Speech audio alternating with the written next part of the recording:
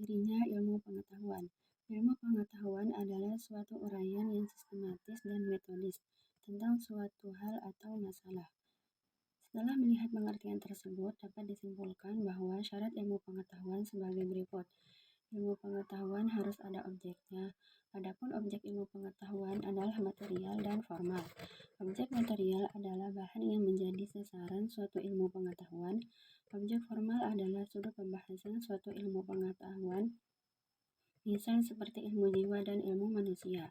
Kedua ilmu pengetahuan tersebut memiliki objek material yang sama dan objek formal yang berbeda. Ilmu pengetahuan harus metodis. Ilmu pengetahuan dalam mengadakan pembahasan serta penyelidikan untuk suatu ilmu pengetahuan harus menggunakan metode ilmiah. Ilmu pengetahuan harus sistematis, harus mempunyai dinamika. Ilmu pengetahuan harus tumbuh dan berkembang untuk mempunyai kesempurnaan. Selain itu, suatu ilmu pengetahuan harus memenuhi 3 persyaratan pokok dan 3 persyaratan tambahan. Persyaratan pokok diantaranya suatu ilmu harus mempunyai objek tertentu, suatu ilmu pengetahuan harus menggunakan metode-metode tertentu, suatu ilmu pengetahuan harus menggunakan sistematika tertentu. Adapun persyaratan tambahannya yaitu suatu ilmu pengetahuan harus memiliki dinamika, suatu ilmu pengetahuan harus praktis, dan suatu ilmu pengetahuan harus diabadikan untuk kesejahteraan umat. Sekian dari saya. Assalamualaikum warahmatullahi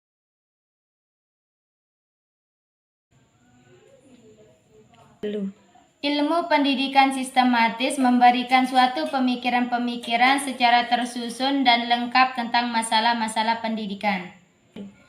Ilmu pendidikan sistematis ini membahas semua permasalahan pokok dalam pendidikan secara universal, abstrak, dan C.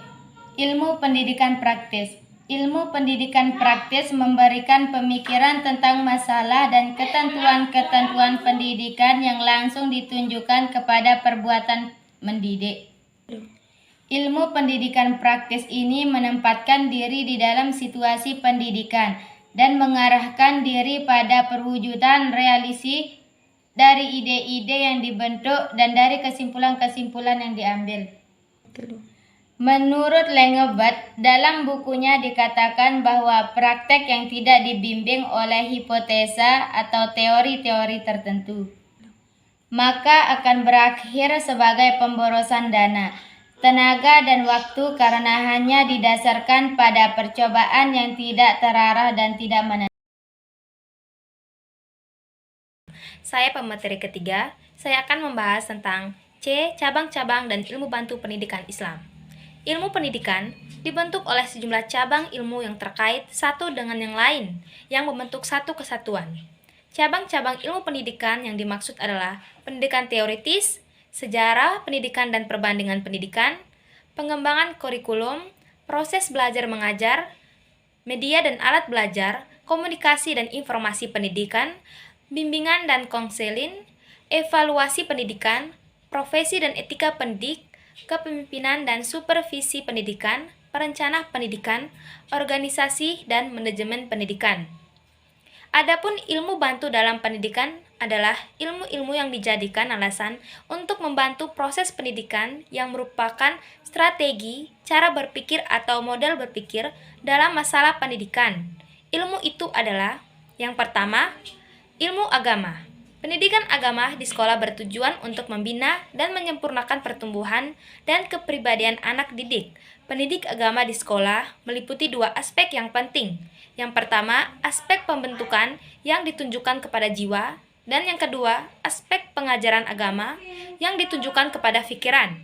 Adapun contoh macam-macam ilmu agama yaitu ilmu tafsir, ilmu hadis, ilmu mustalah hadis, ilmu fikih, ilmu usul fikih, ilmu kalam, ilmu tasawuf. Yang kedua, ilmu filsafat.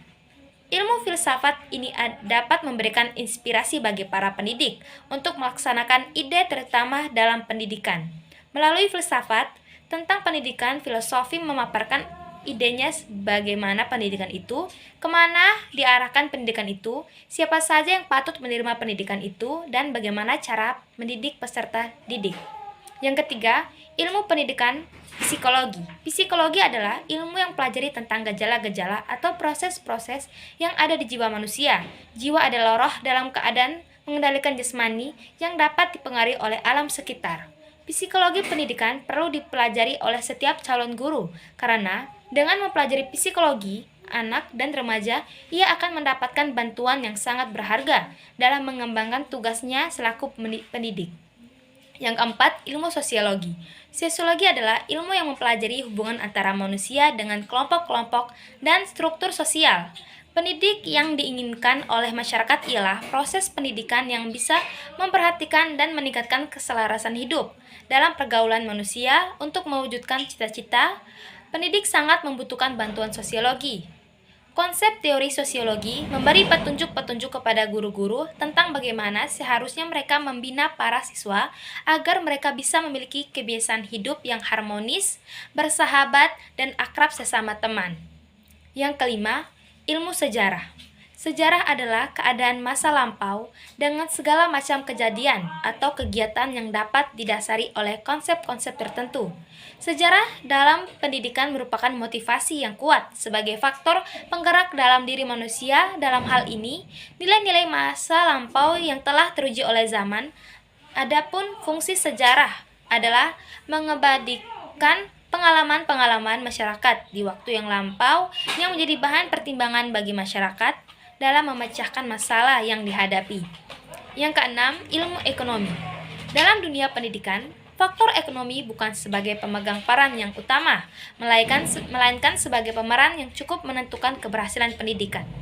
Sebab, ekonomi merupakan salah satu dari bagian sumber pendidik yang membuat anak mampu mengembangkan afeksi, kognisi, dan keterampilan.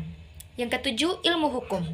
Hukum berarti melandasi atau mendasari atau titik tolak. Landasan hukum dapat diartikan peraturan tertentu sebagai tempat berpijak atau titik tolak dalam melaksanakan kegiatan-kegiatan tertentu. Dalam hal ini, kegiatan pendidikan, tetapi tidak semua kegiatan pendidikan dilandasi oleh aturan-aturan. Cukup banyak pendidikan yang dilandasi oleh aturan lain seperti aturan kurikulum, aturan cara mengajar, dan lain sebagainya. Sekian dari saya. Wassalamualaikum warahmatullahi wabarakatuh.